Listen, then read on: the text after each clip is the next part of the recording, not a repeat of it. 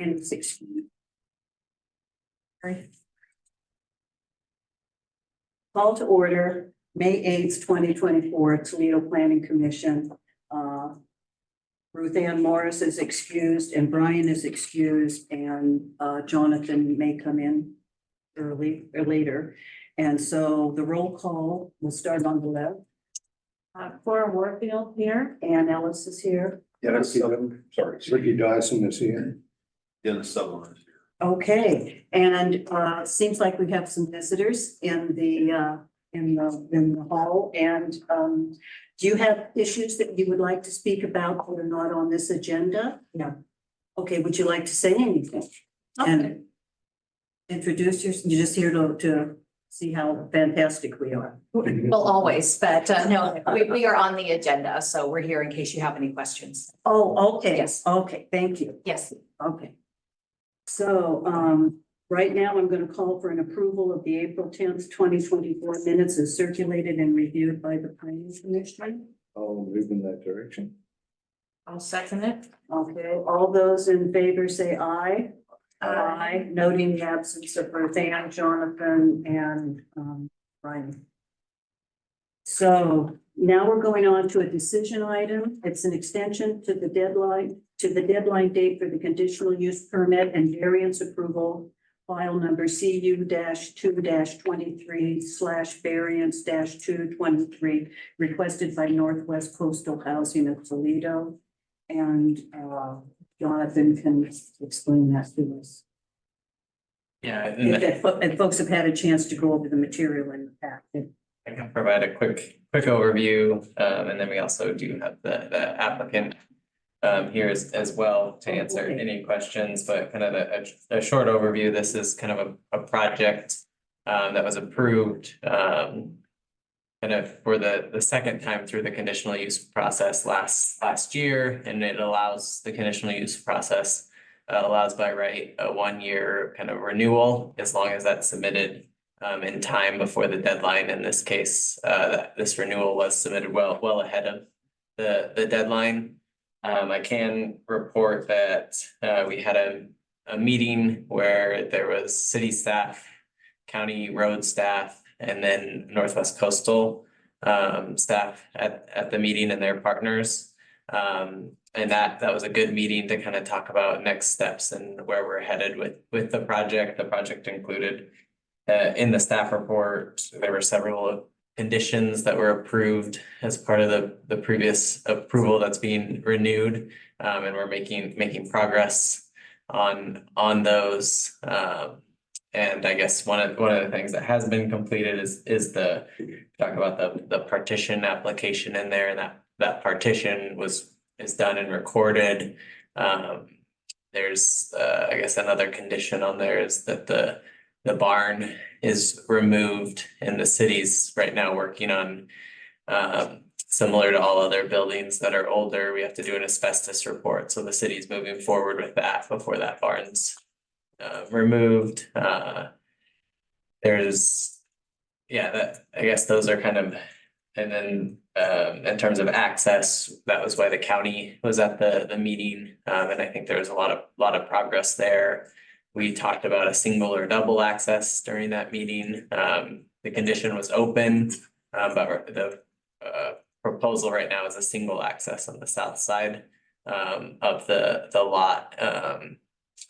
And one other note, which I don't have the exact dollar amount, is that the city of Toledo received some funding from the state legislature in the last session. I think it was around 600,000 to support sewer, water, and some road upgrades to support this. I think it was 640. 640, thanks, Mike.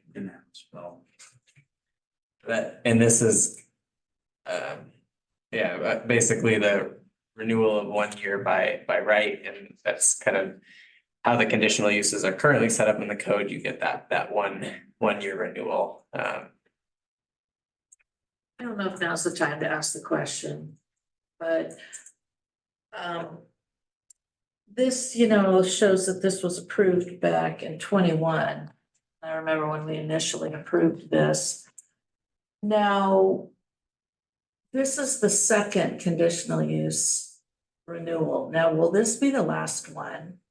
Yeah, so the history of it was the original one was 2021 and there's 1 year renewal on that. That was approved and then we're in kind of the second cycle, I guess you could say, of the conditional use. That there are and Northwest Coastal can speak to this too, with the funding sources from the state, they're on their own cycle too, so sometimes development can take longer. So that's why there's been kind of the second cycle. I think the goal is to have it, basically, we need to get the building permit approved prior to this deadline. It doesn't have to be complete in the sense that people are moving in, but a building permit in prior to the deadline. And that's, I think, the target of Northwest Coastal. To complete, if that deadline's not met, then there would technically have to be a new conditional use if if they wanted to still move forward with the project. So that's been part of the delay through all of this, has been the funding? Yeah, the funding, and then it's coordinating a lot of partners as well, because since it's a city-owned site, and there's a lease agreement that's been put together, a 99-year lease agreement that legal was putting together for the site. We had to do the partition application, which took the city time to move forward as well. So lots of different moving And parts. do wetlands, Yeah. and no wetlands determination. Little tiny strip. And then from that, there's a little tiny strip that's in the floodplain that we're probably gonna have to do a property line adjustment. So it's not all their delay, it just takes time. Just down by the freshwater pumps, I don't know where the freshwater pumps are. these freshwater pumps down No, there. you know, if you're heading out to the it's- old publishers. Yeah, Out And towards you 18th know, Street. yeah, on the right-hand side there, kind of in There's a marsh really- area, there's a, Really long barn yeah, the really long on barn. the corner. If you're going out 10th to Sturtevant, Fever's old place out there. Yeah, towards Fevers, but you're not on Fevers Road. Yeah, You're still on Sturtevant. yeah, There's a map here. But it's on the right-hand side if you're heading out towards Fevers. yeah. Gonna put something out there. Multi-housing, low income. So do we have any idea how long it's gonna be? Y'all can squeeze that in the wetlands there? it's not wetlands. It isn't wetlands. There's Yeah, only one foot that's wetlands. And we- So we had to use- How is that possible? No, No so way. It is. Yeah, come on. The wetlands consultant says it's so.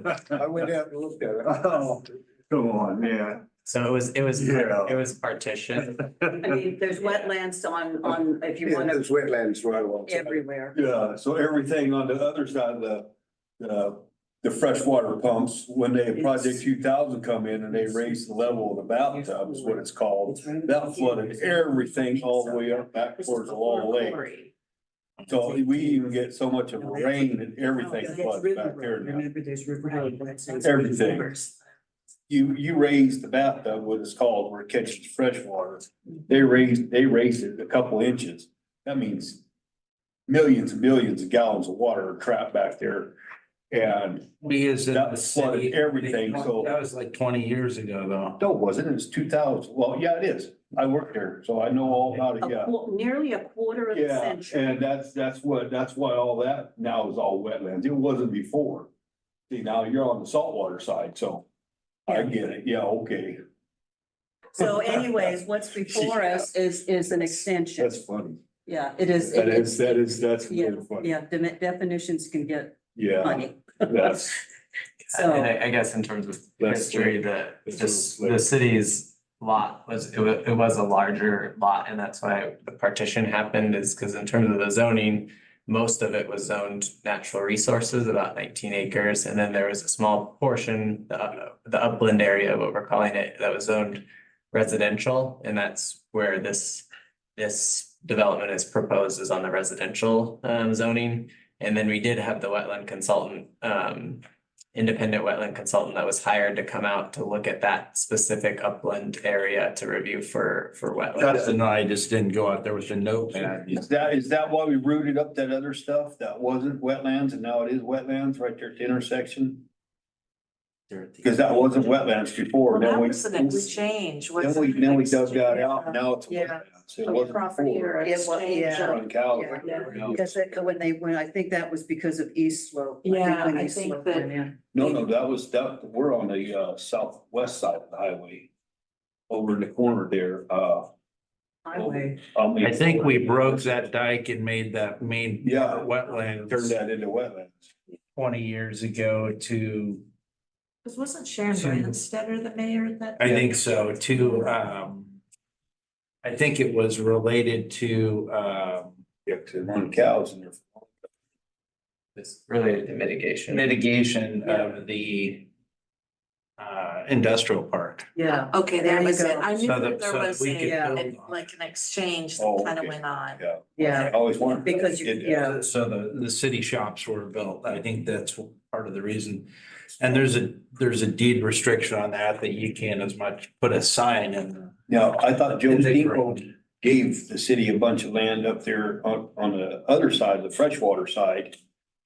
All that field and stuff up there by the old tide gates and stuff, all that big flat ground to the left on the Toledo side. There's an acre up there that's close to There's about, Dean Cove. there's about 30 acres all there in that flat Okay. ground there. I thought that was kind of a, Which steam cokes are you talking about? Joe. You go all the way out? Joe. That I- freshwater pumps all the way. Maybe that's where the dam is up there. It runs all the way through there by East Slope, where Is from that down all off about- East Slope, it's all that field all the way to the slough there. Joe has some Oh, apartments here, okay, now I'm thinking but, way up there, yeah. I thought there was. We 'cause met that- our map. Where'd that go? Cause that was, That's that- right there. I know when that first started out, that was where the city was talking about putting some apartments clear back then. Well, I think I wanna get us back on Anyway, yeah. track, and then we can talk about. I was just at the really end. surprised that was not wetlands. At It the- really threw me for a loop. Cause I'm always trying to root up something. Yeah, at the end of the Just meeting, we can. You talk- can't put a No, post in the I ground just there. wanted to So, No, that's ask, because I felt like, okay, every year we're seeing this renewal, a good- Mhm. but nothing's happening, or at least not. Yeah, a lot What you're is, seeing, a lot yeah. is happening, it just takes. Right, they did, and I Right. kind of get to My- My question was, any idea when it's gonna happen? And I think, I And can, once we get the staff report done, we can call the applicant up and they can probably tell you what they think may happen. Okay, Come on, so we the can help on applicant you has there. moved forward, so we will, if Justin is, we can Yeah. move forward with the applicant. Okay, if you just give your name and all that good stuff. And Thank you. Sheila Stiley, Executive Director of Northwest Coastal Housing. We are the ones that are sponsoring the development. So there is a lot of moving parts. I know that you guys haven't seen actual things moving and shifting physically on the site, but we don't own the property, right? So, and there's a lot that Justin and Mike had to explain that had to be done prior to this. We ourselves have put in roughly $40,000 to $50,000, plus there's another grant in it. So we're gonna put in all in probably about $100,000 into this property. And so that's really, a big thing. It's not a small deal. There's a lot of back soft costs planting pre-development that you have to do. In addition to that, the state did change what their funding cycle was. That really wasn't the interruption into this at all. That is a process, but we did just submit our Olala project in the new process that the state has come out with. They call it an ORCA process. And so they're looking at readiness to proceed. So all of the pre-development work that we have been putting in is what makes this project viable to reach that readiness to proceed. And 25% of all of the funds that the state has applied for that are going to be coming in, were approved for development, 25% of it goes to rural areas. So that's really great. So we're looking pretty good for the funding, and we put in for 2 different types of fundings that are available out there that it feels like we would best fit in. long and short, we're looking at somewhere around the March timeframe that we would have permit. March. March of 25, March of 25.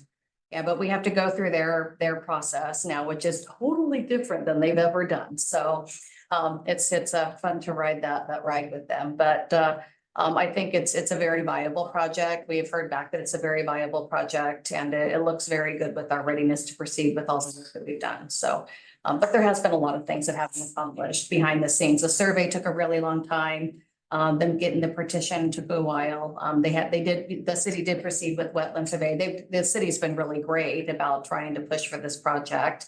And doing a lot of work behind the scenes. So, but they're more suited to answer the questions on their side.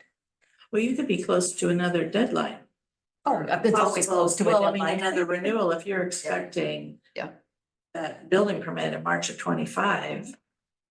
That could put you, if that gets delayed at all, that puts you up to another renewal.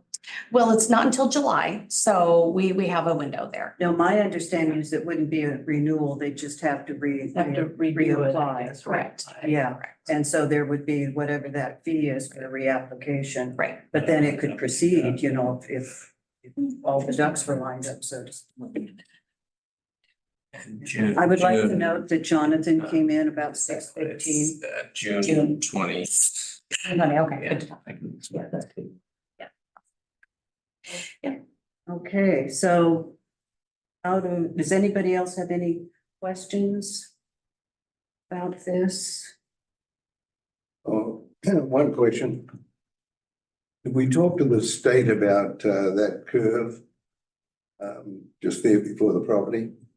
And look at the danger of that The county. The county went, county. it's county road jurisdiction, and the county was involved when city staff met with Northwest Coastal Housing and the county. Yeah, Or all of us around this table and have talked about that curve.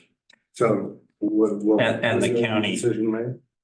And the county's okay with what's proposed, the one.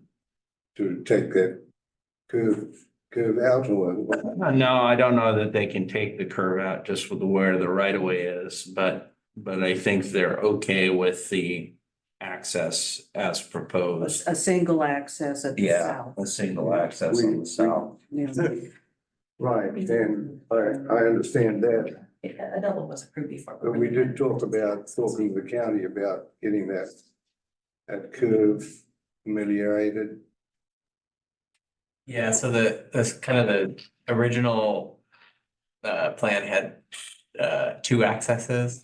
And it's determined the county thought that northern access wasn't safe in terms of turnouts. So that's why the single access came about as the safer option.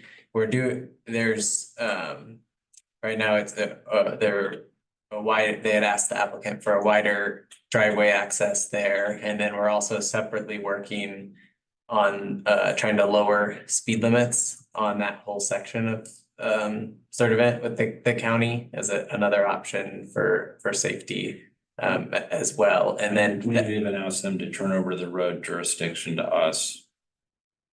Because we think it will be easier for us to lower it than us go through their process. It's still 35 out there right now? Yeah, I think so. So people go 45, because I remember the one gentleman that was on that curve and the road was bad for him whether the project went in or not. Because he was saying that he had to You go can't out see. and look. Yeah, so whether he was, yeah. Yeah, because that was the question I was talking about, not the actual project itself, but that roadway just before the project. We were talking about maybe talking to the county and doing something about, I'm not sure what they were talking about filling in some of that curve. My understanding is that the county will do with the road what they wish to do with the road, but if we can get the road, like I think like Mike said, then we can mandate. We'd have more control. and We have the more, money, yeah, more the control. city. Throw in the Yeah. bulldozers, guys. Yeah. Yeah, Yeah, that is a bad corner. That is a bad corner. Yeah, that corner is pretty, Yeah. Okay, I feel like we should take a chunk of Yeah, land out of there. yeah. Yeah, it'd be good to have that. How many units is that gonna be? 30. Nice. Yeah, and there's a few things that we are looking at with our civil engineer and not just widening the access, but also turning it a little bit for an easier exit for wider trucks and things too.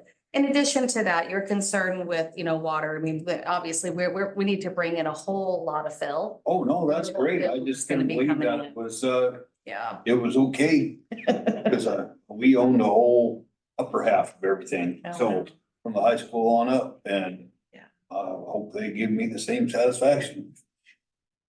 But yeah, the city owns 23.96 acres of that on the bottom side of East Slope there. Why don't they look at building something there? I mean, sure, if they can get that, they're squeezed through a wetland. No, maybe That's that all area nice is- flat I think stuff.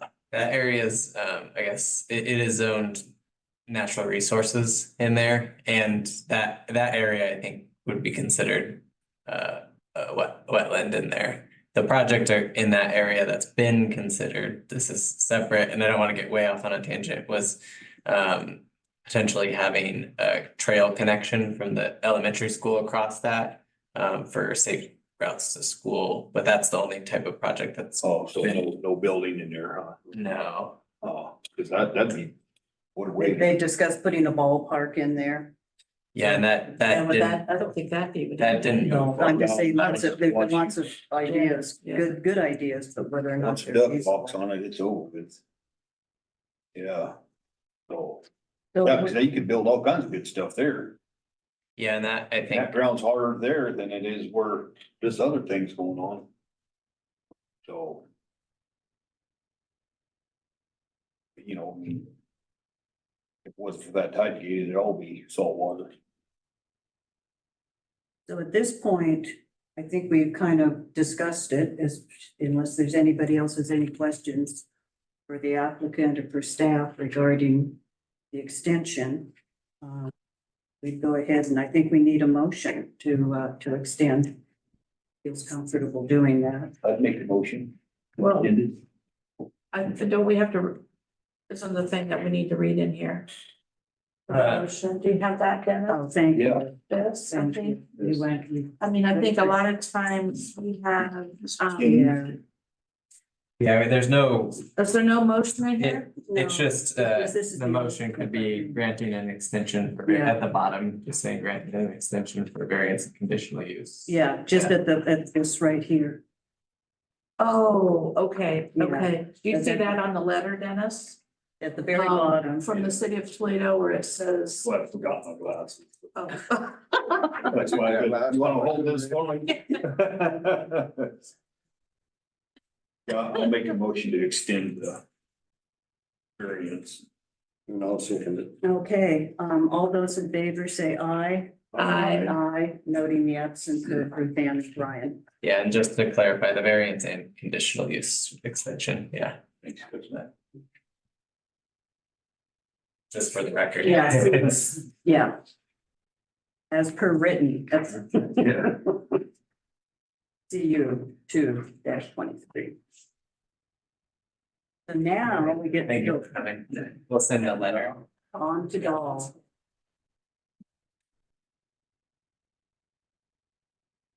So I got confused reading through this, but Thank you. now see, there's no one here to bug to. Little bit. It's permanent. Yes, yes, that's my understanding is basically they're just making this permanent. Yeah, And and I there's, can, there's been two because they went from temporary and then that was because of the fire marshal and now they just wanted, we have to do it again so the permanent structure can be there. So yeah, that's and my. I can give you more details You're after gonna you be kind more of. concise? Yeah, Okay, thank once you run through kind of the opening the meeting and, Oh, sorry, you gotta. yeah, see, I'm so, okay. Here we go. I'm opening a I'm blank. A public hearing for a conditional use for, modification to an existing conditional use, CU 2 21. The applicant is Dahl and Dahl Incorporated, and Brian Crowdy is the authorized agent. The application date was April 8th, and today is the 8th of May 2024. Does anybody have any conflict of interest, ex parte contact, or bias about this meeting item, this agenda item? I live next door to one of the employees. Does that Uh-oh. count? I don't know. You get along with them? Oops. Okay.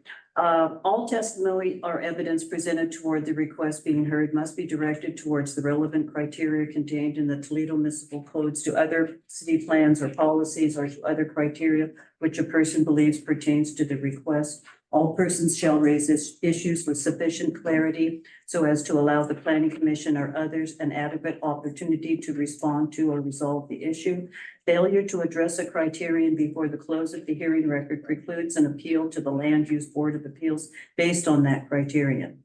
Failure by the applicant no later than the close of the hearing record to raise constitutional or other issues relating to the proposed conditions of approval with sufficient specificity to allow the city to respond to the issues will preclude an action for damages based on those issues in the circuit court. Prior to the close of the evidentiary record of this hearing, a participant may request an opportunity to present additional evidence, arguments, or testimony regarding the application. If a participant requests such an opportunity prior to the close of the evidentiary record, then the planning commission will either continue the hearing for at least 7 days or leave the record open for 7 days to allow the submission of additional written evidence, arguments, or testimony. There is a right to appeal. An appeal from an action or ruling by the planning commission can be made to the city council within 14 days after the date of the planning commission's decision or ruling by filing a written notice and paying the appeal fee. The date of the planning commission decision is the date the order is signed. If no appeal is taken within the 14-day period, the action or ruling of the planning commission shall be final. If an appeal is filed, the council should receive a report and recommendation from the appropriate city official and shall hold a public meeting. In order to have standing for an appeal, a person must have been mailed written notice or have participated in writing or in person at the planning commission public hearing or have been substantially affected by the action or ruling. Okay, so the description of the item is that this is application CU 2 21. It is a modification to existing conditional use number 2. Staff Thank you. report. And I'll kind of focus, so the staff reports, it's a longer staff report, but kind of how we've done it is where the changes are that they were underlined, kind of describing the history and changes, because we're kind of only modifying a portion of the conditional use application. So originally, this had to be a conditional use because in the light industrial zone, waste transfer recycling facilities or scrap metal facilities are listed as a conditional use. So that's why we had to go through this process. As was discussed a little bit, kind of there's been kind of a history here of the original approval, the first modification, and now we're on to the second modification. So I'm just going to quickly describe a little bit of that history. So it was originally approved in May of 2021 by the Planning Commission. And that original condition stated the applicant shall replace the temporary tent with a permanent structure. The Toledo Fire Department may approve an extension of the temporary structure. And that condition was modified to kind of create this, what we thought at the time was a more flexible condition, which stated the applicant shall be allowed to operate out of the existing membrane structure through the end of their research and development phase through March 31, 2026 with a yearly renewal from the county. And then and that was kind of after discussions with the building official at the time. This was kind of what was thought was the best proposal, that they were struggling to get that membrane structure to be satisfy the permanent structure standards. But after our building official retired. We now have a new building official, so those conversations kind of essentially renewed. And after talking to the current building official and Toledo Fire Department as well, we believe that the current membrane structure out there can qualify as a permanent structure. So that's why we're modifying the condition to what I'll talk about, but essentially it allows for the permanent use of that structure after that final sign off from the building official. So we're not skipping any processes or anything. It's still getting the building official review, fire department review, and then it will be a permanent structure up there that can stay there as long as essentially they need, instead of having that condition, which was currently with that research and development phase with yearly renewals until March of 2026. So the goal here is for the continuous use. That's just because a different man's driving the bus at the planning commission, the county. In some sense, and the applicants here as well that can kind of talk about it, but when we had conversations with the past building official, there are some challenges with the type of structure and getting that to a permanent based on his interpretation, but the new building official with the initial conversations with them has kind of no issues in terms of moving it to a permanent structure, and we'll get documentation to finalize everything. I know anybody trying to get a permit out of the county is like very frustrating the last year or two, that it's a mega problem. Mhm. So I just wondered, because now before it wasn't permanent, now it's permanent, so. Yeah, so Man named there. so far with the new building official, we after talking to him, we think the next step is kind of to become permanent, and so now it can be on the site. Yeah. And it appears, That's great, though. Oh, yeah, that's I mean- wonderful. It's a great Yeah. project. I'm curious, what's the membrane made out of? What's the material? I know, I must be a polymer of something. or Yeah. other. yeah, and the applicant can probably talk I'll let them talk in more detail on the material. Long strip. Yeah. Yeah, I'm just curious. So that's, It does good. It'd been nice if we would have just made it permanent in the first place.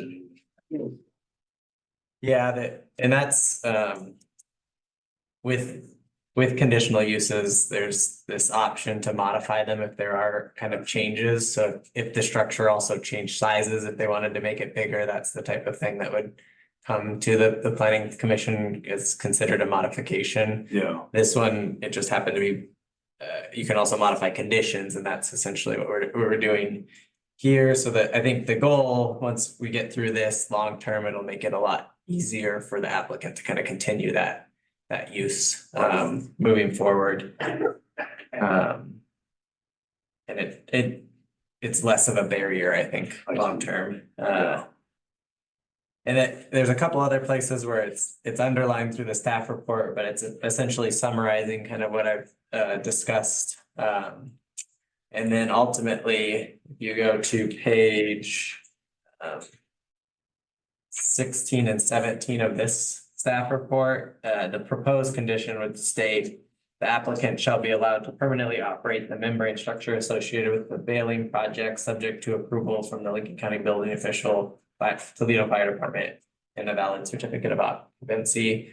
And that's kind of, we've talked to the building official and fire, and we don't think that's going to be a problem, but we'll get documentation in the record that they're good to permanently operate the structure. Now they got fire hydrants closer out there anyway, so, Mhm. yeah. Even better, yeah. So did you say the applicant is online? The applicant is online, and that's all I had for the staff reports. Okay, I thought I heard you say that. Okay. Cool. Dave said that he's having problems unmuting himself, so. Well, does anybody have questions for him that he needs to unmute? I don't. Yeah, I don't. I don't. It's pretty straightforward, you know. Yeah. Good for them. I have figured it out, commissioners. I was promoted to panelist, and so now I have all the little buttons that I usually see are there. So I'm happy to say nothing. Okay, well, it Did seems you like- want to know more about the materials or? Or is that- what I would like, and maybe some other people, is we were hoping when it first opened that we could go up and take a look at it. You know, just to pop in and see the baler itself. So I'm just putting that word in your ear. You don't have to answer, but, yeah. I would be interested in, perhaps Cora or somebody else Yeah, I'd would like too. to. Yeah. Interest in that. Yeah, so if you could think about that and get a time or a couple options, we'd appreciate it. Sure, we can work with staff on that. We have had some tours up there with folks, so certainly happy to have you up and show you our part of the Juno process. Happy to do that. Okay, great, thank you. Okay, so with that, it seems like have a consensus and we'll entertain the motion. Okay, now this time, the motion is here, right? Yeah. Isn't that Here what we I go. saw as Here I you go. looked through There it? it is. Okay, all right. You. Okay, since I have my glasses on.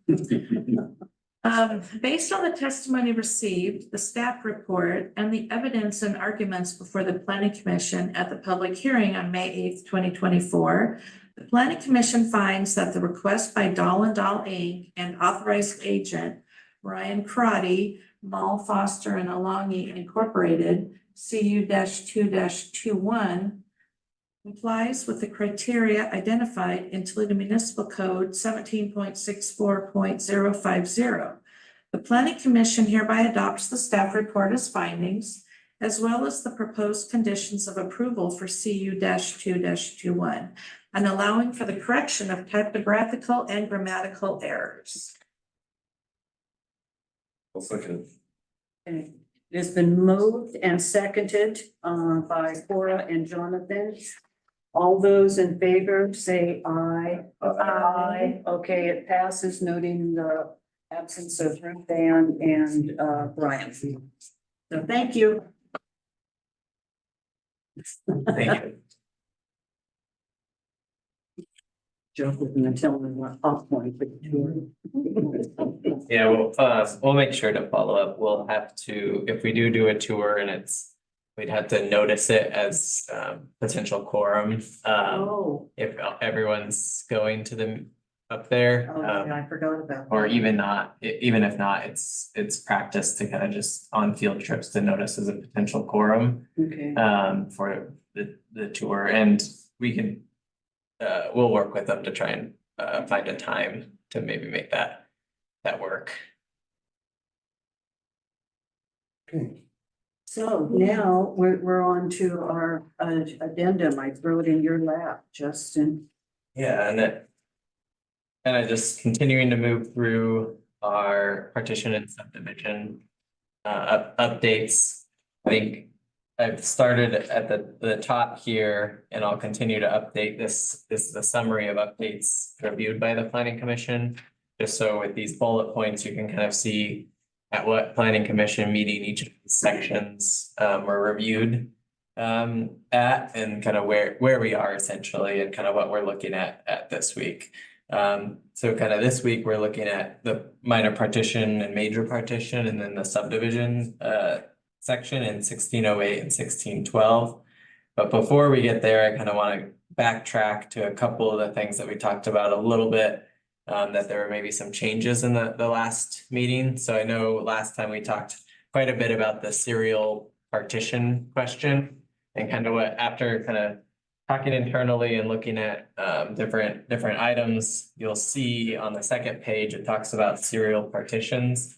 And a new kind of definition that we put together means to divide a tract of land into 2 or 3 parcels within 1 year of the date of first segregation, where such area or tract of land existed as a unit or contiguous units of land under a single ownership at the time of such segregation. A second partition may not be processed until 1 year after that. So essentially, that's kind of making sure that you kind of complete one, and then you have to wait a year before you have that second partition.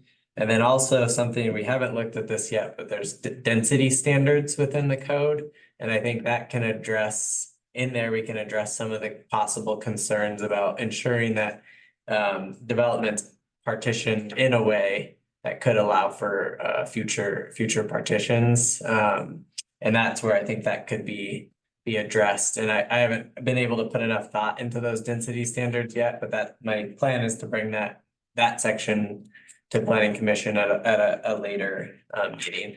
Is your thought to try and increase the density standards in some places? I think the density standards will probably stay about where they are. Current code kind of set up to where there's the standard density, and then there's also a secondary calculation that accounts for, which is obviously really common in Toledo, like slopes, wetlands, floodplain and then you are able to kind of pick between the two in terms of that calculation. So that I don't want to change that too much, but I do want to think about kind of as because I think ideally you don't, if you say have a 10-acre lot that's developable, you don't have someone that's like partitioning 3 at a time. That you come in and you get the subdivision done, and then to move forward. But this allows for additional partitions, but they would have to be that year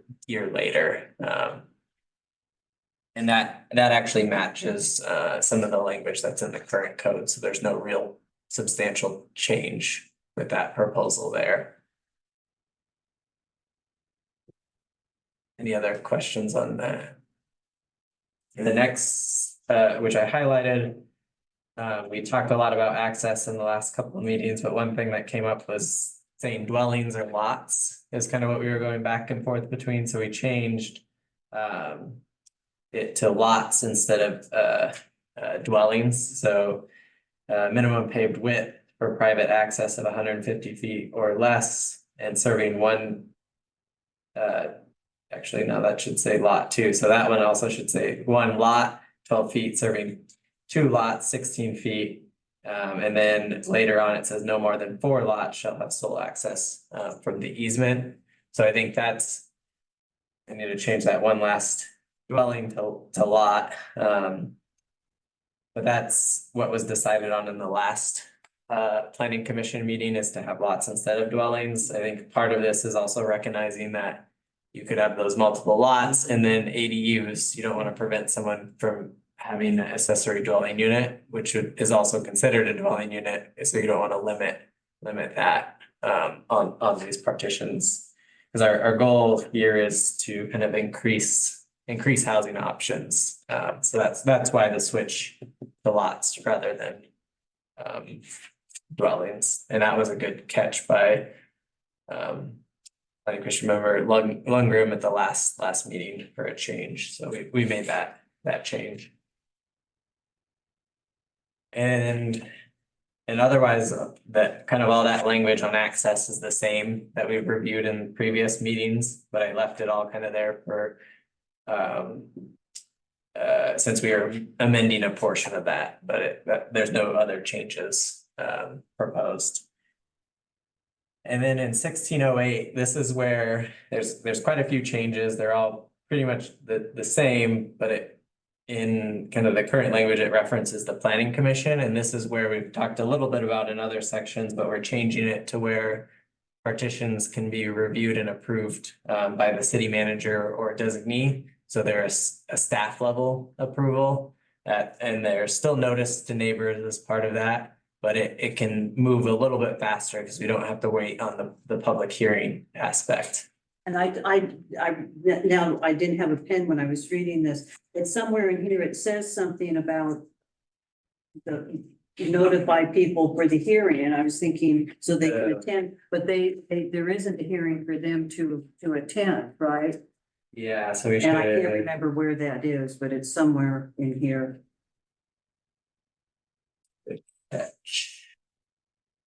because it should say notify of the decision. Yeah, exactly. Yeah, here, it's on 1608, it's on page 5.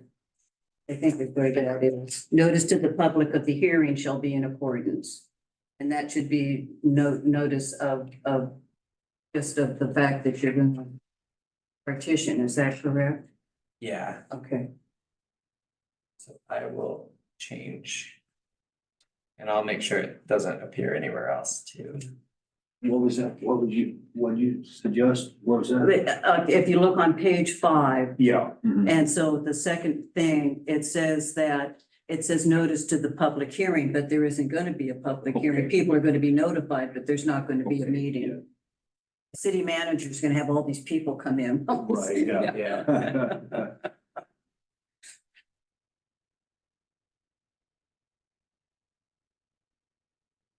Yeah, I'm trying to think of the best language to use there, but we'll update it from Yeah, public it'll come, hearing.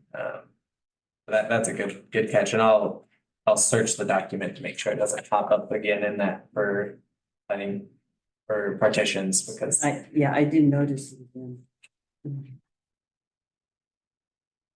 and then one change here, if you kind of go to page 6, at the top there. Where the proposal here is to change it from being valid for 12 months to being valid for 24 months.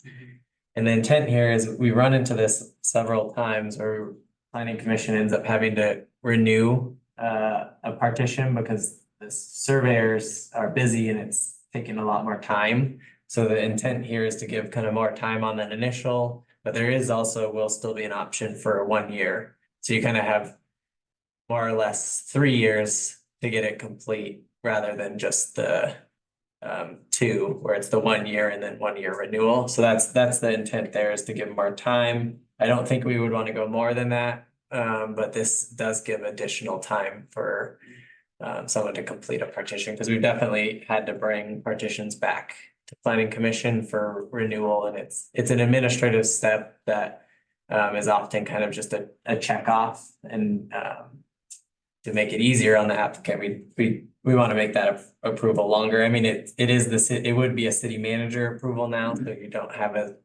you would have less of an administrative barrier anyway, but just giving that 24 months or 2 years is, I think, better.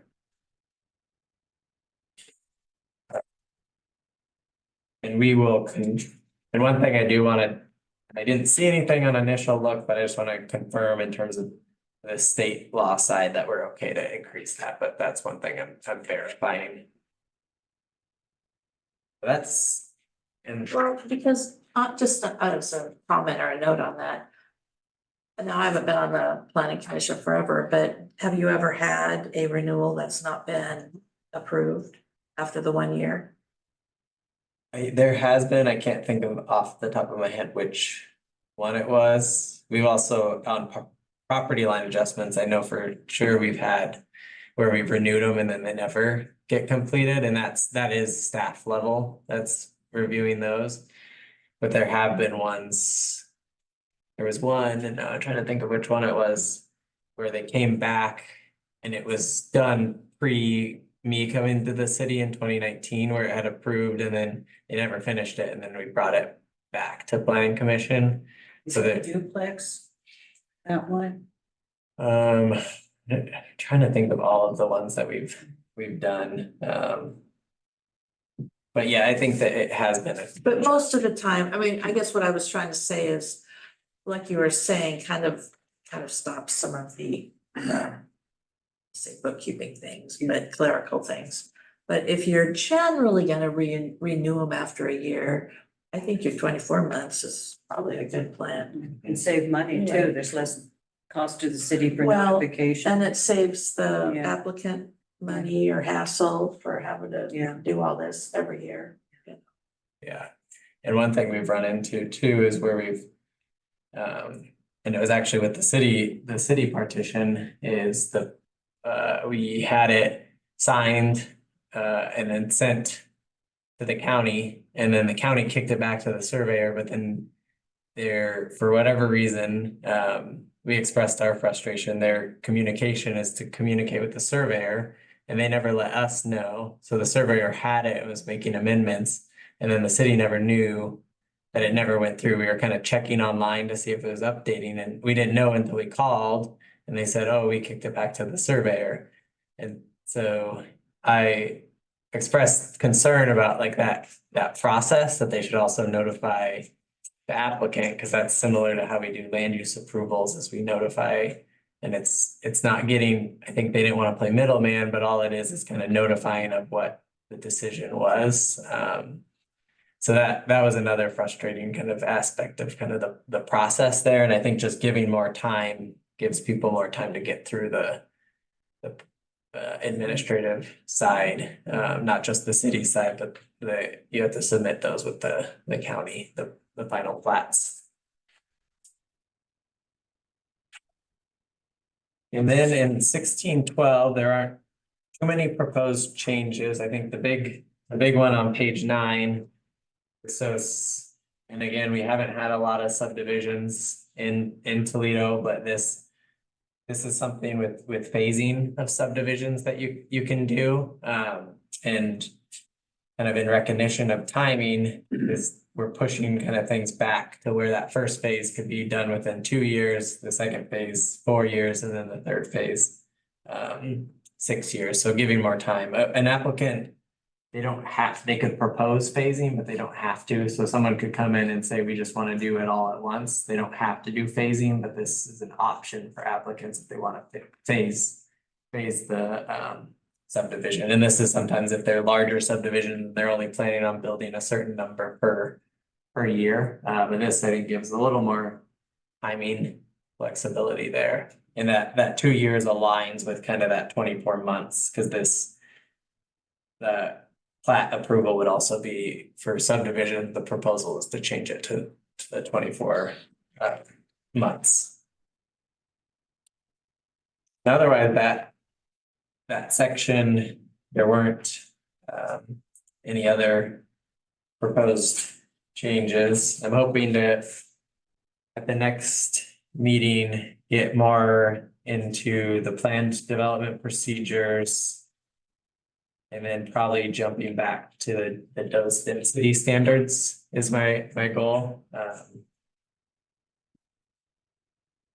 Out 1 week during the next kind of cycle, so that's my hope, but hopefully things don't get too busy. But that's kind of the target for the next changes there. Thank you. Hope your week out is for a good reason. Yeah, a vacation, not Good, good. not sick time. Well, are there any discussions by the comments from the commissioners? Yeah, sorry, I'm late, I was working. And I'd like to make a motion that we move the summer hours to 6:30 start time. Okay. Does that work for everybody else? 6:30 instead of 7? I mean, instead of 6? We can go 7, I'm fine with me. No, I think 6:30. I could do 6:30. Okay. 6 well, is then- kind of close. Okay, and I imagine that would probably work for Brian also, Yeah. because he's out, and Ruth Ann, it shouldn't, well, yeah. So there's, okay, it's been moved that we go ahead and start, does that work? Yeah, I think we moved from 6:30 to 6. I don't think we have to, let me check with Eileen to make sure we don't have to notice that. No, we need to probably send out a public release, but nothing Yeah. that, Okay, so we're just gonna start meeting at 6:30. And you were just thinking that for summer hours? I mean, winter 6 is fine. September, October. Yeah, so we'll try it through what, through September? I mean, it really doesn't matter to me. Oh, he wants to You know. go through October. Yeah, probably November, maybe Well, December. I'm gonna have to look when the light changes. Yeah. Because it's out season, you know. Yeah, right. motion, was that seconded? Okay, we have a motion. I'll second it. Okay, so the motion has been made to have summer hours, so it would be starting at 6:30 next month. All those in favor, say aye. Aye. Aye. Okay, 6:30 next month, June. Okay, we're adjourned.